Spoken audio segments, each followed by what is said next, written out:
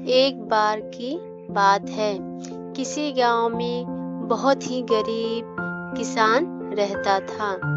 वह किसान एक समय अमीर व्यक्ति भी रह चुका था। वह जब अमीर था तब भी और आज गरीब होने के बाद भी वह दूसरों की मदद किया करता था। वह जितना हो सकता था वह दूसरे की मदद करता था। वह किसान जब भी मंदिर जाया करता तो ईश्वर से धन मांगता ताकि वह दूसरे की मदद कर सके। ऐसे ही कुछ समय बीता। एक दिन किसान ने एक सपना देखा कि अगले दिन तुम्हारे घर पर एक साधु आएंगे। जब वह तुम्हारे घर आए तो उनके घर के अंदर आते ही उनके सर के पीछे डंडे से स्पर्श करना। डंडे से स्पर्श करते ही वह पूरे तरह से सोने के बन जाएंगे।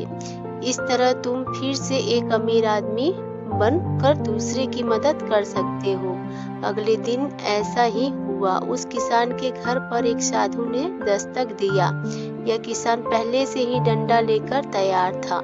जैसे ही वह साधु घर के अंदर आया, किसान ने डंडे से उसके सिर के पीछे स्पर्श किया। वह पूरी तरह से सोने के बन गए। अब यह सब कुछ एक नाई ने देख लिया। यह नाई किसान के घर किसान का बाल काटने आया था।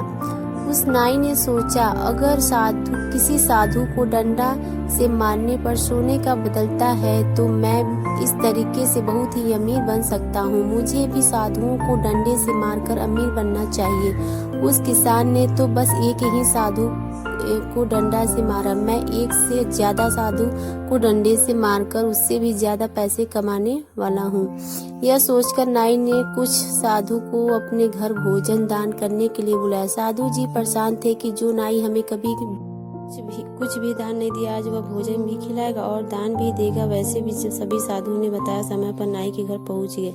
नाई ने अपनी सारी तैयारी कर लिया था।